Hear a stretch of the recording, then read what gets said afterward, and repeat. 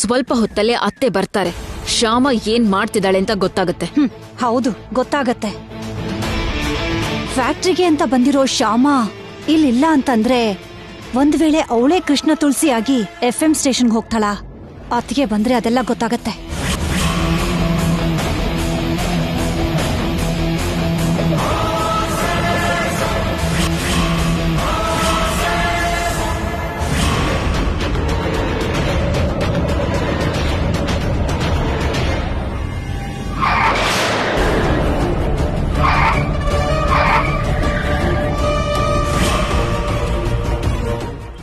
ಏನಾಯ್ತಣ್ಣ?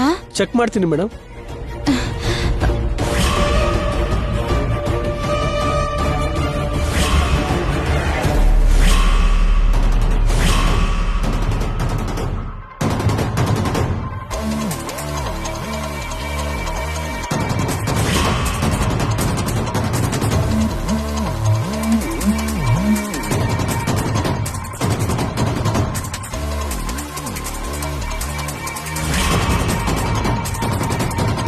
ಅಣ್ಣ ಏನಾಯ್ತು?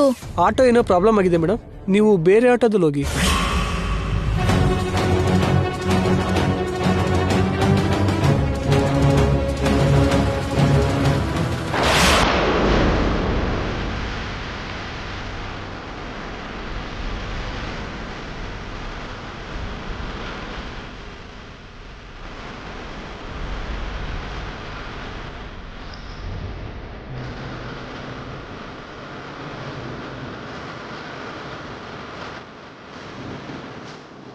ಅತ್ತೆ ಯಾಕೆ ಫ್ಯಾಕ್ಟ್ರಿ ಕಡೆ ಹೋಗ್ತಿದ್ದಾರೆ?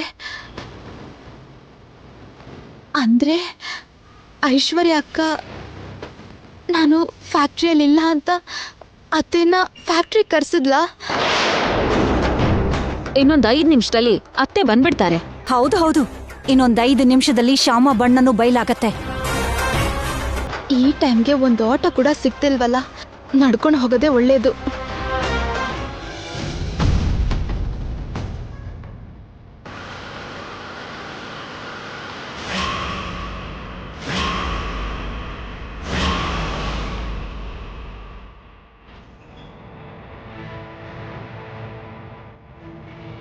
ನಮಸ್ಕಾರ ಮೇಡಮ್. ನಮಸ್ತೆ.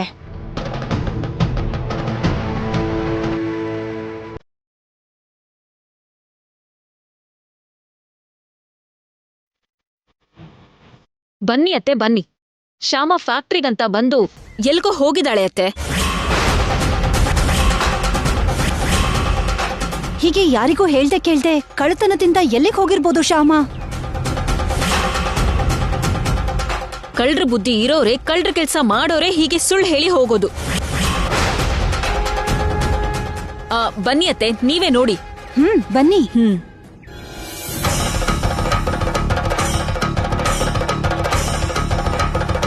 ಹುಷಾರಾಗಿ ತಗೊಂಡೋಗು, ಜಾಗ್ರತೆ. ಮ್ಯಾನೇಜರ್ ನಮಸ್ತೆ ಮೇಡಮ್. ನಮಸ್ತೆ. ನೀವು ಬಂದಿದ್ದೀರಲ್ಲ ಮೇಡಮ್?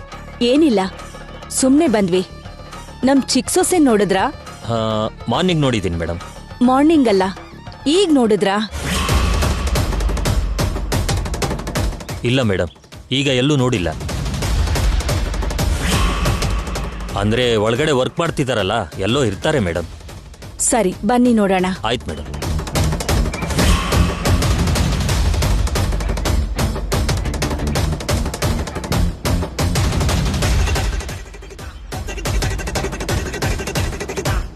ಇಲ್ ನೋಡಮ್ಮ.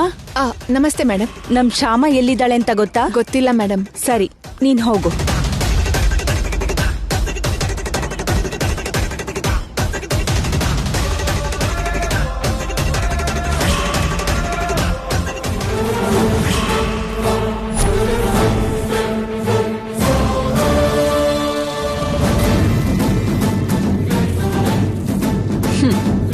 ನೋಡಿದ್ರಾತೆ, ಅವಳಿಲ್ಲೆಲ್ಲೂ ಇಲ್ಲ.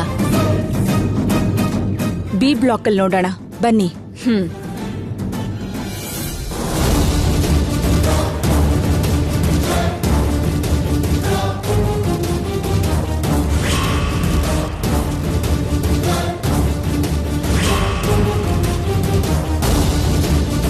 ಬನ್ನಿ.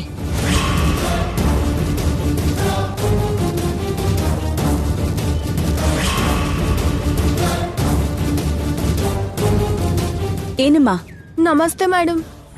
ನಮ್ ಶ್ಯಾಮನ್ನ ಇಲ್ಲೆಲ್ಲಾದ್ರೂ ನೋಡಿದ್ರಾ? ಗೊತ್ತಿಲ್ಲ ಮೇಡಮ್, ನಾನ್ ನೋಡಿಲ್ಲ. ಸರಿ, ಹೋಗಮ್ಮ. ಸರಿ ಮೇಡಮ್.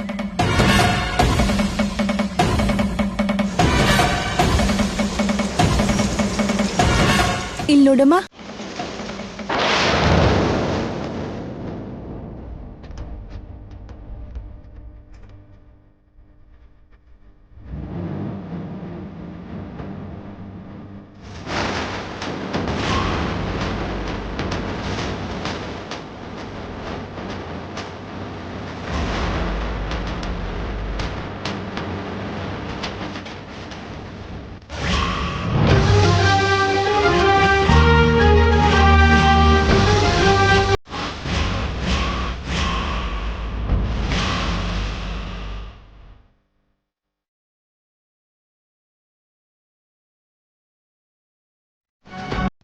ಅತ್ತೆ, ನೀವ್ ಯಾವಾಗ ಬಂದ್ರಿ? ನೀನಿಲ್ಲಿ ಇಲ್ಲ ಅಂತ ಐಶ್ವರ್ಯ ಫೋನ್ ಮಾಡಿದ್ಲು, ಅದಕ್ಕೆ ನಾನ್ ಬಂದೆ. ಫ್ಯಾಕ್ಟ್ರಿಗೆ ಬಂದಿರೋ ನಾನು ಇಲ್ಲಿಲ್ದೆ ಎಲ್ಲಿಗೆ ಹೋಗ್ತೀನಿ ಅತ್ತೆ?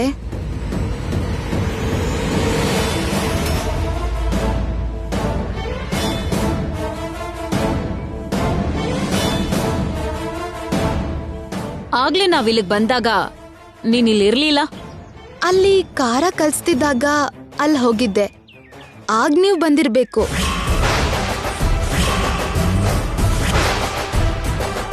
ಅಕ್ಕ, ನಾನಿಲ್ಲಿ ಕಾಣದೇ ಇದ್ರೆ ನನಗ್ ಫೋನ್ ಮಾಡಿ ಕೇಳೋದ್ ಬಿಟ್ಟು ಮನೇಲಿರೋ ಅತ್ತೆಗೆ ಫೋನ್ ಮಾಡಿದ್ಯಾಕಕ್ಕ?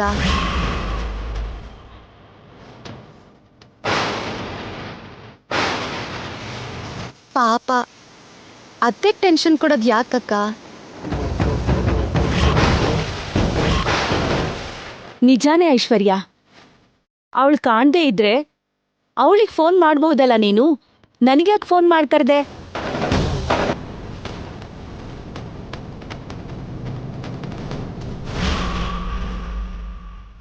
ಪ್ರತಿಯೊಂದಕ್ಕೂ ಅನುಮಾನ ಪಡೋಕ್ ಶುರು ಮಾಡಿದ್ರೆ ಹೀಗೆ ಆಗೋದು.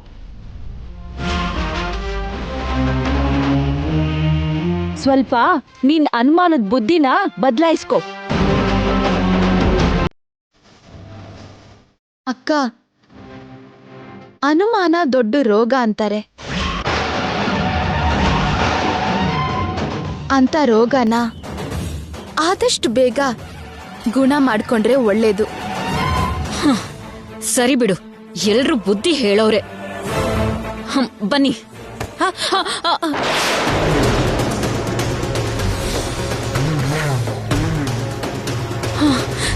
ಛೆ!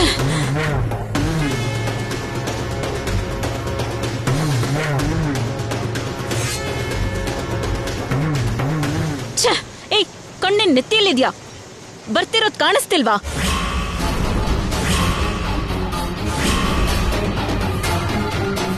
ಇಷ್ಟು ಕಾಸ್ಟ್ಲಿ ಆಗಿರೋ ಸೀರೆ ಮೇಲೆ ಅರ್ಶನ ಚೆಲ್ತ್ಯಾ?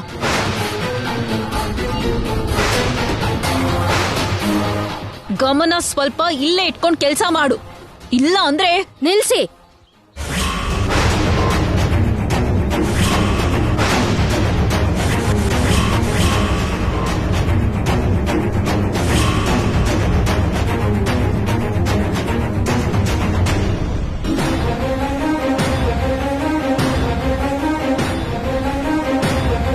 ನಾನು ಗಮನ ಸರಿಯಾಗಿಟ್ಕೊಂಡೆ ಕೆಲಸ ಮಾಡ್ತಿದ್ದೀನಿ.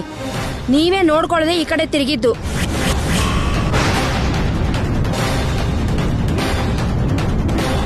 ನಿಮ್ ಕೈ ತಾಕಿದ್ದಕ್ಕೆ ಅರಿಶಿನ ಕೆಳಗಡೆ ಬಿತ್ತು.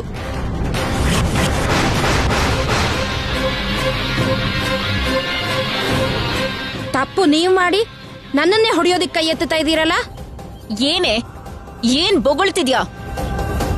ಏನೇ ಗೀನೆ ಅಂತ ಮಾತಾಡಿದ್ರೆ ಮರ್ಯಾದೆಯಾಗಿರಲ್ಲ ಮೇಡಮ್.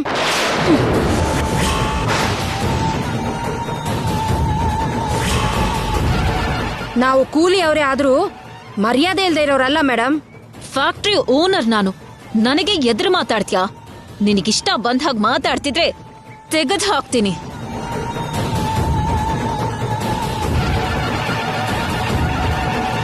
ನಿನ್ನ ಕೆಲಸದಿಂದಾನೇ ತೆಗೆದು ಹಾಕ್ತೀನಿ.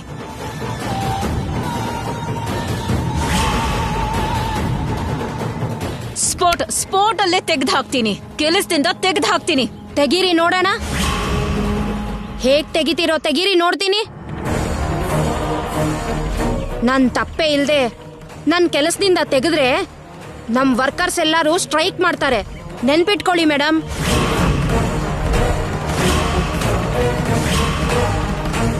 ಐಶ್ವರ್ಯ, ಸುಮ್ನೆ ಅವ್ರ ಜೊತೆ ಯಾಕೆ ಜಗಳ ಮಾಡ್ತಿದ್ಯಾ? ನೀವೇನತ್ತೆ ಆ ಲೇಬರ್ಗಳನ್ನ ಸಪೋರ್ಟ್ ಮಾಡ್ತಿದ್ದೀರಲ್ಲ? ಅಕ್ಕ, ತಪ್ಪು. ಹಾಗೆ ಲೇಬರ್ ಗೀಬರ್ ಅಂತ ಚೀಪಾಗಿ ಬಾಯಿಗೆ ಬಂದ ಹಾಗೆ ಮಾತಾಡಿದ್ರೆ ಯಾರು ಸುಮ್ಮನೆ ಇರ್ತಾರೆ? ತಪ್ಪು ನಿಮ್ಮಿಂದನೇ ಆಗಿದ್ದೆ. ನಿಮ್ ಕೈ ತಾಗೆ ಅರ್ಶನ ಕೆಳಗ್ ಬಿದ್ದಿದ್ದು. ನೀವು ಸಾರಿ ಕೇಳೋದ್ ಬಿಟ್ಟು ಇನ್ನೂ ಬಾಯಿಗೆ ಬಂದ ಹಾಗೆ ಕೂಗಿ ಅವ್ರಿಗೆ ಕೋಪ ಬರ್ಸಿದ್ರಿ.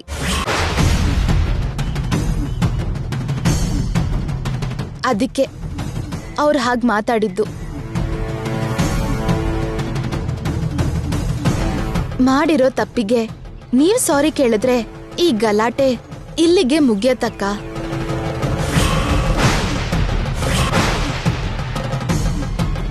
ಇಲ್ದಿದ್ರೆ ತುಂಬಾ ದೊಡ್ಡದಾಗತ್ತೆ. ಹೇಳಿ ಅಕ್ಕ, ಸಾರಿ ಹೇಳಿ.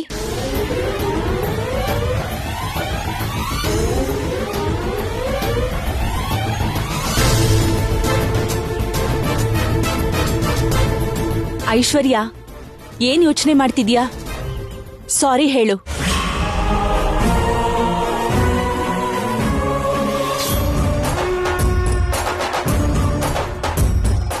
ಸಾರಿ.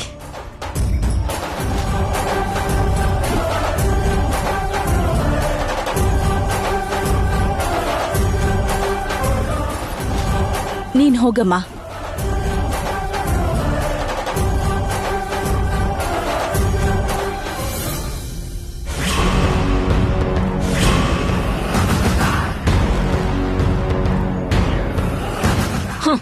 ಅವಮಾನ ಮಾವ, ಇದು ತುಂಬಾ ದೊಡ್ಡ ಅವಮಾನ.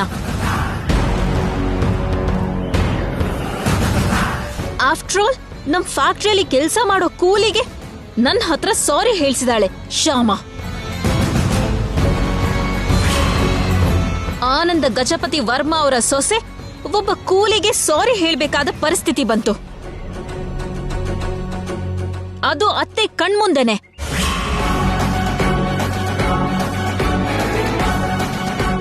ಅತ್ತೆ ಕೂಡ ಸಾರಿ ಹೇಳು ಅಂದಿದ್ದಕ್ಕೆ ದಾರಿ ಇಲ್ದೆ ಸಾರಿ ಹೇಳ್ದೆ. ಇಲ್ಲ ಅಂದಿದ್ರೆ ಆ ಕೂಲಿನ ತಕ್ಷಣ ಕೆಲಸದಿಂದ ತೆಗ್ದು ಹಾಕ್ತಿದ್ದೆ. ನಾನು ಇಷ್ಟೆಲ್ಲ ಮಾತಾಡ್ತಿದ್ರು ನೀವೇನು ಮಾತಾಡ್ತಾನೆ ಇಲ್ವಲ್ಲ ಮಾವ? ಬಾಯ್ ಮುಚ್ಚು.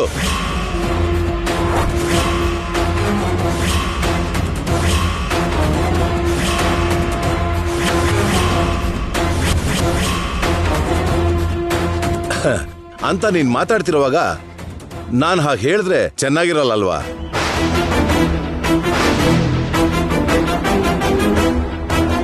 ಅದಕ್ಕೆ ನೀನ್ ಹೇಳ್ಬೇಕು ಅನ್ಕೊಂಡಿರೋದೆಲ್ಲ ಪೂರ್ತಿಯಾಗಿ ಹೇಳಿ ನೀನು ಬಾಯಿ ಮುಚ್ಚೋವರೆಗೂ ಸೈಲೆಂಟ್ ಆಗಿರ್ಬೇಕು ಅನ್ಕೊಂಡೆ. ಅಂದ್ರೆ ನಾನು ಅರ್ಥ ಇಲ್ದೆ ಮಾತಾಡ್ತಿದ್ದೀನಿ ಅಂತನಾ? ಅರ್ಥ ಇಲ್ದೆ ಮಾತ್ರ ಅಲ್ಲ, ಅಹಂಕಾರದಲ್ಲೂ ಮಾತಾಡ್ತಾ ಇದೀಯ. ನೀನು ಫ್ಯಾಕ್ಟರಿ ಓನರ್ ಸೊಸೆ ಆಗಿದ ತಕ್ಷಣ ಅಲ್ಲಿನ ವರ್ಕರ್ಸ್ ಜೊತೆ ನಿನ್ಗೆ ಇಷ್ಟ ಬಂದ ಹಾಗೆ ಮಾತಾಡೋದು ಸಭ್ಯತೆ ಇಲ್ಲಮ್ಮ.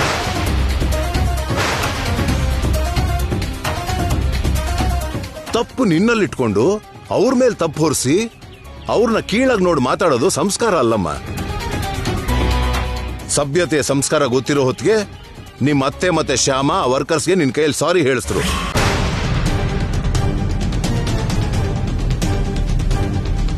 ನಾವು ಅವ್ರಿಗೆ ಸಂಬಳ ಕೊಡ್ತಿದ್ದೀವಿ ಅನ್ನೋ ಕಾರಣಕ್ಕೆ ಅವ್ರ ಜೀವನನ ನಾವು ಆಳ್ತಿದೀವಿ ಅಂತ ತಿಳ್ಕೋಬಾರ್ದು. ಅವರು ಅಷ್ಟು ಕಷ್ಟಪಟ್ಟು ಕೆಲಸ ಮಾಡೋದಕ್ಕೇನೆ ನಾವ್ ಈ ತರ AC ಬಂಗ್ಲೆಯಲ್ಲಿ ಹ್ಯಾಪಿಯಾಗಿರೋಕ್ ಸಾಧ್ಯ ಆಗ್ತಿರೋದು.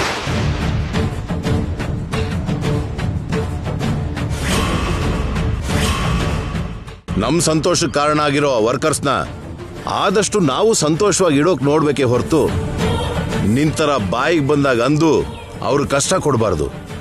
ಇನ್ಯಾವತ್ತೂ ಹೀಗೆ ವರ್ತಿಸ್ಬೇಡ.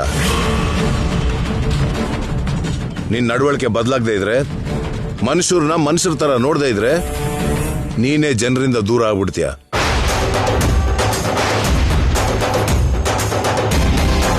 ಒಬ್ಬಂಟಿಗಳಾಗ್ಬಿಡ್ತೀಯ. ನೆನ್ಪಲ್ಲಿಟ್ಕೋ.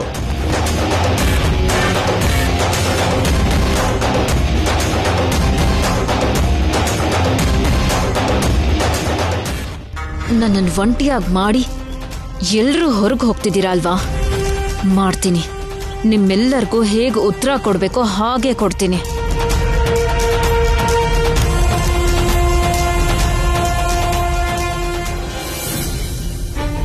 ಏನ್ ಶ್ಯಾಮ ನೀನ್ ಹೇಳೋದು? ಹೌದು ರೀ, FM ಸ್ಟೇಷನ್ ಇಂದ ಫ್ಯಾಕ್ಟ್ರಿಗೆ ಬರಕ್ಕೆ ತುಂಬಾ ಕಷ್ಟ ಪಡ್ಬೇಕಾಯ್ತು. ಟೈಮ್ಗೆ ಒಂದ್ ವೆಹಿಕಲ್ ಕೂಡ ಸಿಗ್ಲಿಲ್ಲ. ಹೇಗೋ ಕಷ್ಟಪಟ್ಟು ಫ್ಯಾಕ್ಟ್ರಿಗೆ ಬಂದು ಅತ್ತೆ ಮುಂದೆ ಬಂದು ನಿಂತ್ಬಿಟ್ಟೆ.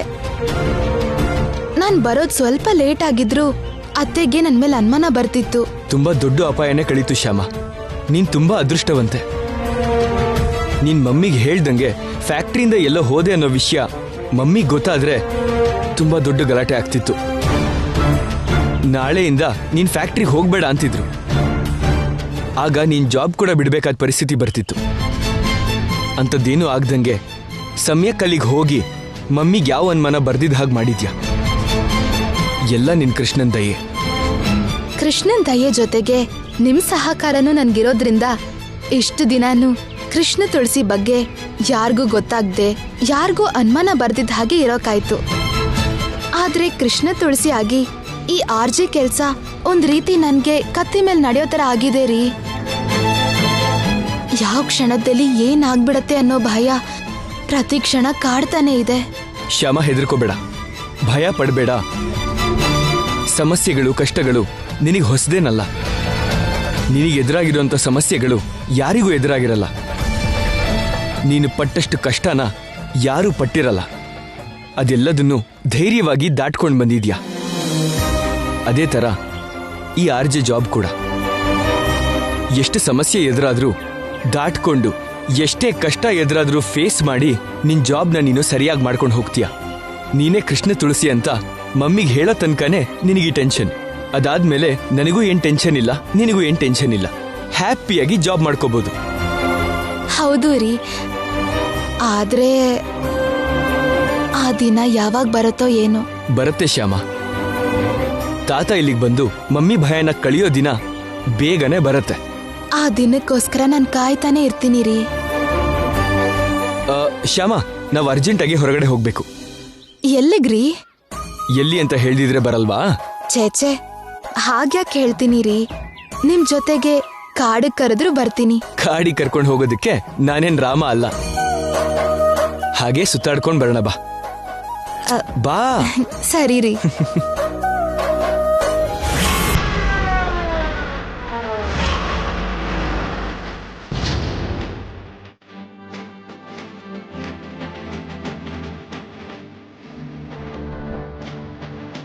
ಏನ್ರಿ ಇಲ್ಲಿ ಕರ್ಕೊಂಡ್ ಬಂದಿದ್ದೀರಾ? ಇಳಿ, ಚಿಕ್ಕ ಕೆಲಸ ಇದೆ.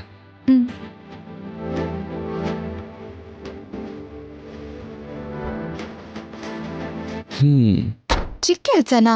ಏನ್ರಿ ಅದು? ಸ್ವಲ್ಪ ವೇಟ್ ಮಾಡು, ನಿನಗೆ ಗೊತ್ತಾಗತ್ತೆ.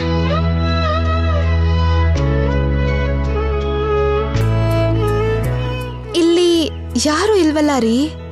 ಯಾರು ಇಲ್ದಿರೋ ಜಾಗದಲ್ಲಿ ನಮ್ಗೇನ್ ಕೆಲ್ಸ ಇರತ್ತೆ? ಯಾರು ಇಲ್ದೇ ಇರೋ ಜಾಗದಲ್ಲಿ ಕೆಲವೊಂದು ಕೆಲಸ ಇರತ್ತೆ.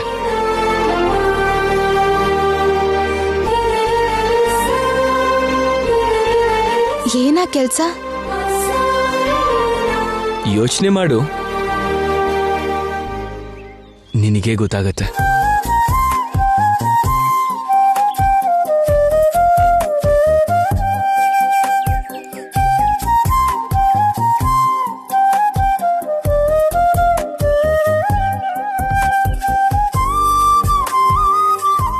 ಗಂಡ ಹೆಂಡತಿ ಯಾರು ಇಲ್ದೇ ಇರೋ ಜಾಗದಲ್ಲಿ ಏಕಾಂತದಲ್ಲಿದ್ರೆ ಏನು ಕೆಲಸ ಇರಲ್ವಾ? ಹೇಗೆ?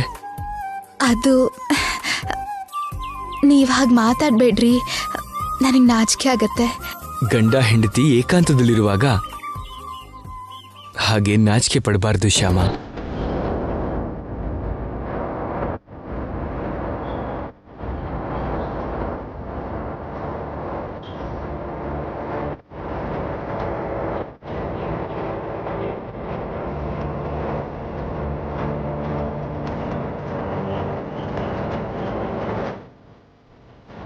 ಏಕಾಂತ ಅಂದ್ರೆ ಮನೇಲಿದ್ದಾಗ ಮಾತ್ರ ಅಲ್ಲ ಶ್ಯಾಮ, ಹೀಗೆ ಹೊರಗಡೆ ಬಂದಾಗ ಅಕ್ಕಪಕ್ಕ ಯಾರೂ ಇಲ್ಲದೆ ಇರಬೇಕಾದ್ರೆ ಅದು ಕೂಡ ಏಕಾಂತಾನೆ.